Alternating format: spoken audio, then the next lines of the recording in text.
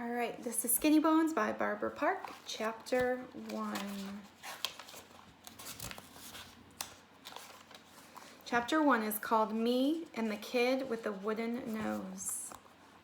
My cat eats kitty fritters because if she didn't eat kitty fritters, she would die of starvation.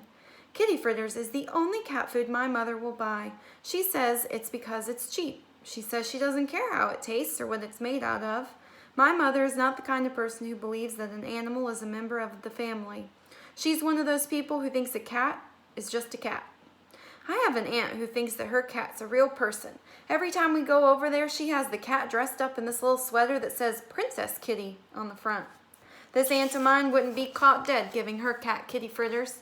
She says that kitty fritters taste like rubber. I'd hate to think that my aunt has actually tasted kitty fritters herself, but how else would she know? My mother says that my aunt has a screw loose somewhere.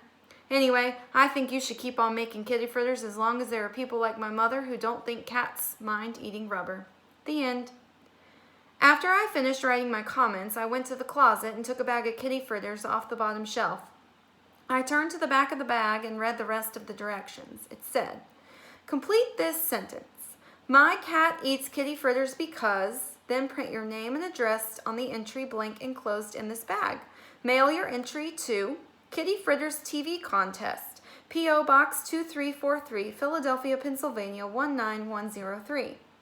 I dug down into the bag trying to find the entry blank, but I couldn't find it anywhere. I tried again, reaching into the other side this time, but still no luck. Finally, I got so frustrated that I dumped the entire 25-pound bag of cat food out onto the kitchen floor. Even then, I must have sifted through about 1,000,000 fritters before I found the stupid thing. At last, I put it on the table and began to fill it out. Name, Alex Frankovich. Address, 2567 Delaney Street. City, Phoenix. State, Arizona. Zip, 85000. Just as I finished up, I heard the cat scratching at the door. I figured she had probably smelled the odor of fritters all the way down the block. Go away, Fluffy, I shouted. You can't eat right now. I'm busy. I had to get the cat food mess cleaned up before my mother got home. Alex Frankovich, you open this door, shouted Fluffy. Fluffy? Fluffy was talking now? No, wait, that was my mom. I hurried to let her in. Why were you scratching? I asked as she hurried past me. It was a stupid question. She was carrying 2 bags of groceries. I wasn't scratching, Alex, she answered. I was trying to open the door with my foot. After putting the groceries on the counter, my mother spotted the millions of little fritters scattered all over the floor. All things considered, I think she took it pretty well. Been fixing yourself a little snack? She asked me dryly. I had to think fast. Basically, there were 2 ways of handling this situation. First, I could try to get her to laugh the whole thing off. And if that failed, I could move on to plan B, blame it on Fluffy. Snack? What snack? I asked. I haven't been fixing a snack. I mean all those kitty fritters, Alex, she snapped. I mean the huge mess all over the floor. I looked around. Floor? What floor? This was where the laughing was supposed to start, but unfortunately it didn't. Mom glared. I'm waiting, she said. On to plan B. Oh, those kitty fritters, I said, pointing. Well, you're not going to believe this, Mom, but I was in the other room watching TV when all of a sudden I heard this loud crash in the kitchen. I ran in here just in time to see Fluffy sprinting out of the back door. That's when I looked down and saw this giant mess of kitty fritters all over the floor. My mother crossed her arms. She didn't say anything for a minute. Are you sure that's what happened, Alex? She finally asked. Are you positive? Oh man, I couldn't believe this. She was actually going to buy it. My mother was going to buy this whole insane story. For the very first time, I was going to get away with something. Usually, I never get away with anything. Positive, Mom. Honest. That's exactly what happened. The cat must have tried to eat out of the bag and then knocked the whole thing over. Slowly, very slowly, Mom walked over and put her arm on my shoulder. In that case, would you mind doing me a little favor? She asked. I started backing away. Oh no, come on, Mom. You're not going to make me clean this mess up, are you? That's not fair. I already told you I didn't do it. No, Alex, it's not the favor, she said. What I would like for you to do is to go get Fluffy out of the car and bring her inside. I took her to the vet to get some shots, and she's still a little groggy."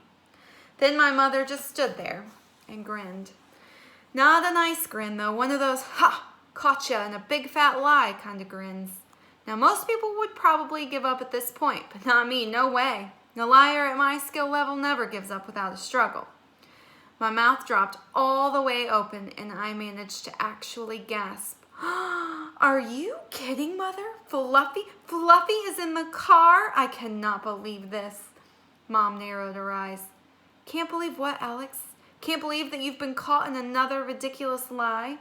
I gasped again. "Lie? What lie? What are you talking about, Mom?" "No, the thing I can't believe is that one of Fluffy's little friends would come in here, make a big mess, and then try to run away and blame it on the Fluffster. I'm telling you, when I find out which neighborhood cat did this, he's really gonna pay." I hurried outside and got Fluffy from the car. As I walked back in the house, I kept talking to the cat so that my mother wouldn't have a chance to say anything. "Fluffy, you're not going to believe this, but one of your little kitty pals almost got you in very big trouble. If you ask me, I think it was Mr. Fuzzy from down the street. I've always thought that Mr. Fuzzy was the shifty type." Alex," said my mother. "Yes?" "Give up." "Give up? What do you mean, give up?" "I mean, you're making a complete fool of yourself," she said. "I mean, I'm actually embarrassed for you."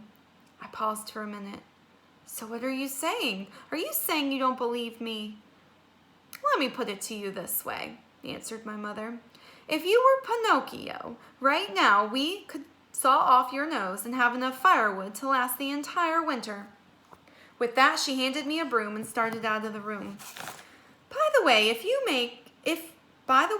it will make you feel any better, I enjoyed that part about Mr. Fuzzy," she said over her shoulder. I thought about it. It didn't make me feel better. As soon as she was gone, I started sweeping the kitty fritters back into the bag. Meanwhile, Fluffy had begun to eat every single fritter in sight. I'm not kidding. No matter how fast I swept, I just couldn't get the food into the bag fast enough. Fluffy was sucking them up like she was a dustbuster or something.